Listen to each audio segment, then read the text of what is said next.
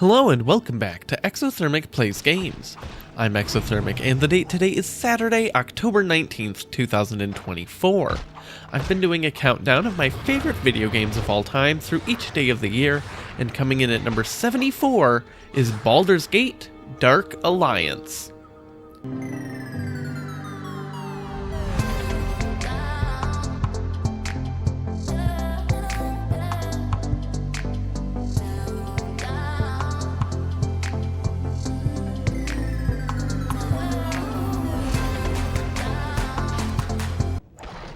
The Diablo franchise is the poster child of the action RPG genre, but I didn't really play those games in the early 2000s.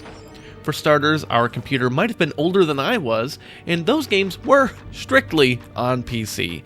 But more importantly, there's absolutely no way my mom was buying me a game titled Diablo while I was still a small kid, regardless of the idea that you were fighting against the demons.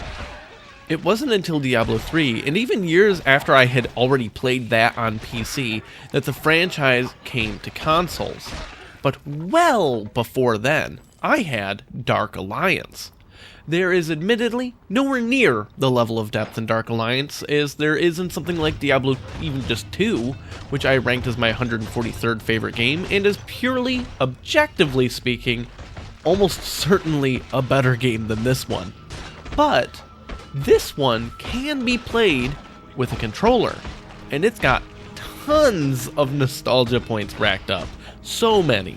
It's the first action RPG I ever played, and pretty much everything about my expectations for the genre, at least for a while, kind of became rooted in that. In addition to being my first action RPG experience, it is one of, although not quite the first, exposure I had to the worlds of Dungeons and Dragons, to the way it is built and structured. And of course I saw Lord of the Rings, all of this stuff, other fantasy influences that were kind of the same. But as far as literally D&D, this was one of the first things that I had interacted with.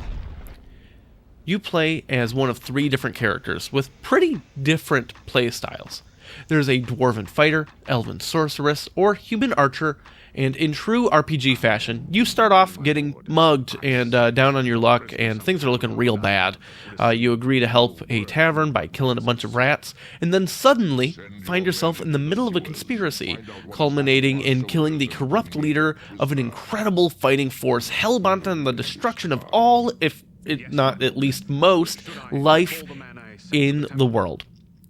That's the end of the game, but there's a lot in between. There's nothing especially new here for the narrative, but it is fun.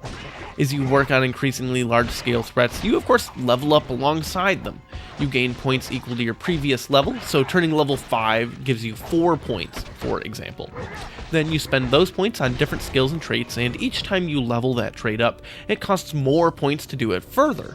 So you can choose to hyper-specialize or spread out a bit. Like all action RPGs, a lot of what makes things really interesting is the gear. There's different rarity items that drop at random, and you can buy better gear from vendors as well. As you further develop and craft your playstyle, all of these equipment will go a long way for that. Each class has different abilities they can use in addition to their regular attacks based on their weapon, but you access them via a scrolling menu in the bottom left corner that you access with the directional pad. You can throw your spells and abilities on there, but also have quick access to other items as well. Fighter and Archer don't do a whole lot down there, admittedly, but they do gain access to some spells like Fighter's Whirlwind Attack and Charge ability. But of course the Sorceress uses that a ton, and adds a whole new element to managing combat when you get late in the game with that character. It might seem weird to say this about a game firmly in the top 100, but there's not a whole lot of depth here, and to me, that's kind of the point. If I want to play an action RPG with a lot of depth, there's lots of options. If I just want a fun hack and slash sort of fantasy romp, This is that game. I kind of talked about this a little bit in my video for Diablo 1, which does not have really any bells and whistles, and you're just going, and there's no real class structure, and it's very simple. This certainly has more going on than that, but I talked about how Diablo 1, I would probably replay to the end Diablo 1 again before I actually replay all of Diablo 2 again, even though I definitely think Diablo 2 is a better game.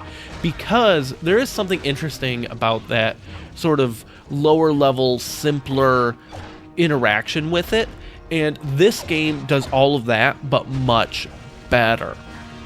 I've beaten it multiple times with each character class, which is less impressive than it sounds, because it only takes like 7 or 8 hours to clear the game. But even after beating it again for this recording with a dwarf, I kind of just wanted to fire it back up with the archer and check that yet again. I didn't have time because, daily uploads. I know it's kind of the job here, but I can't really explain why I love this game so much. I shouldn't, but I just do. It's so great. Join me tomorrow as I talk about my 73rd favorite game, where I have to be so good so I can be so bad. And there's space cats.